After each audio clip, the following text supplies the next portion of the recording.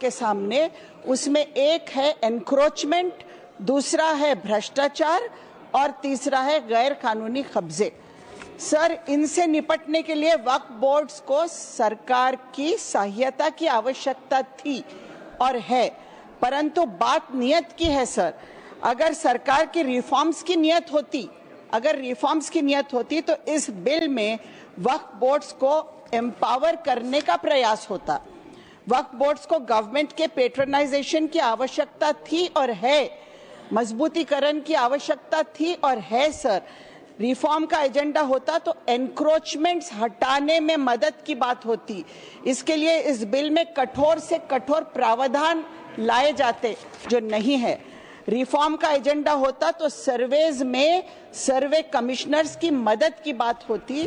Reform का agenda होता तो भ्रष्टाचार पर कठोर से कठोर कार्रवाइयों के प्रावधान लाए जाते, जो नहीं है। जमीनों को गैर कानूनी तरीकों से बेचने या खरीदने या कब्जा करने वालों के विरुद्ध और कठोर प्रावधान लाए होते।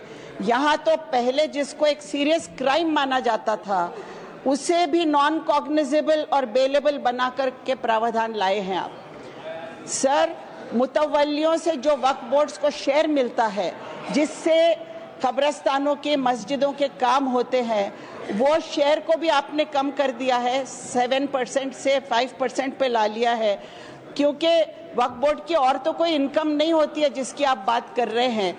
वो इनकम तो कमर्शियल एक्टिविटी से ही होगी।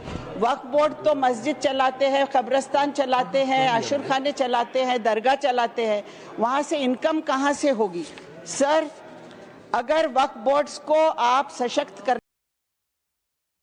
चाहते थे तो ऑफिसेस की बात होती, इंस्टीट्यूशनल सपोर्ट देने की बात होती, स्टाफ देने की बात होती, लेकिन उनकी स्वायत्तता छीने बिना, परंतु उनकी ऑटोनॉमी अबाधित रहने देते हुए अगर करते तो कोई बात थी सर। ऑटोनॉमी छीन कर आप कर रहे हैं बात, तो इसकी कोई वैल्यू नहीं है।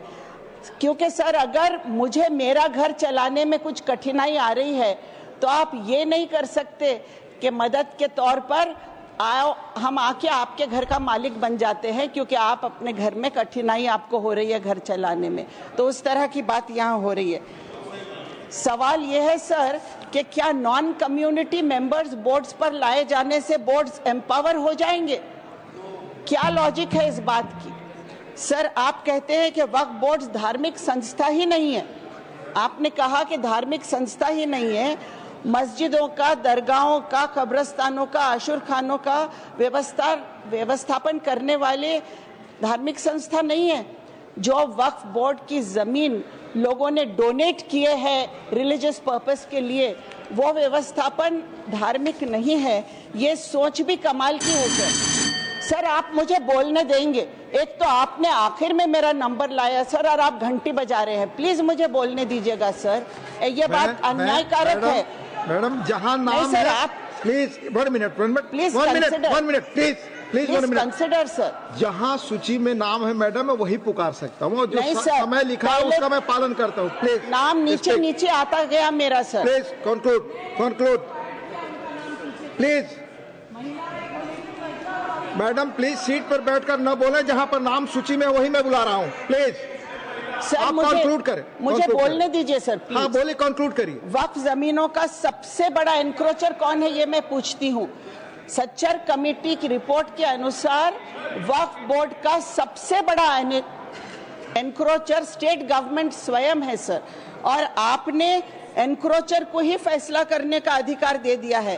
क्या इससे न्याय मिल जाएगा धार्मिक संस्थाओं को सर? सर, एम्पावर हो जाएंगे धार्मिक संस्थाएं? ये मेरा सवाल है। सर्वे कमिश्नर्स को मजबूत बनाने के लिए उनको और रिसोर्सेज देने चाहिए था, लेकिन वक्फ प्रॉपर्टीज को कंट्रोल करने का सीधा अधिकार आप सरकार को दे रहे हैं।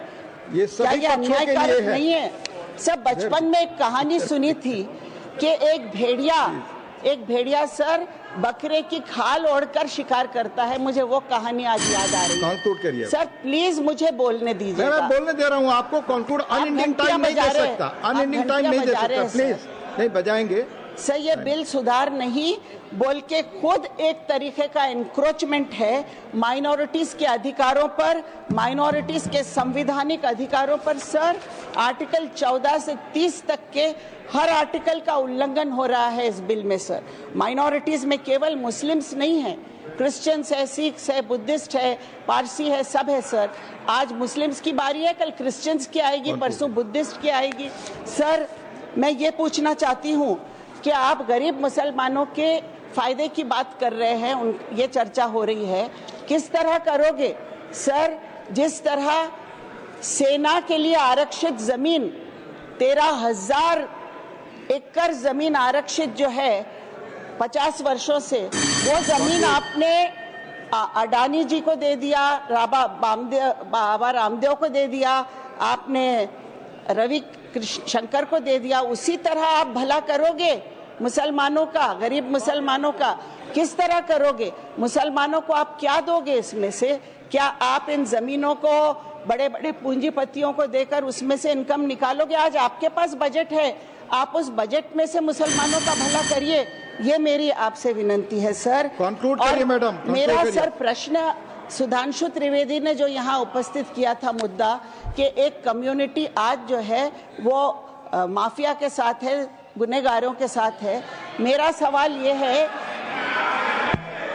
सर, उस पर कह चुके आप, कंक्लूड करिए सर, कंक्लूड करिए। मेरा सवाल है बिल्किस बानो के बलात्कारियों का साथ कौन दे रहा है आपके लिए? क्या वो फरिश्ते हैं? ये मेरा सवाल है। धन्यवाद। आखिर में मैं एक ही बात करते हुए अपनी बात विराम दूंगी। सर बहरों की अदालत में गूंगे की गहवार है, बहरों की अदालत में गूंगे की गहवार है, सजा उसी को मिली है तीर जिसके आर पार है। धन्यवाद। धन्यवाद। श्री जॉर्ज कुरियन।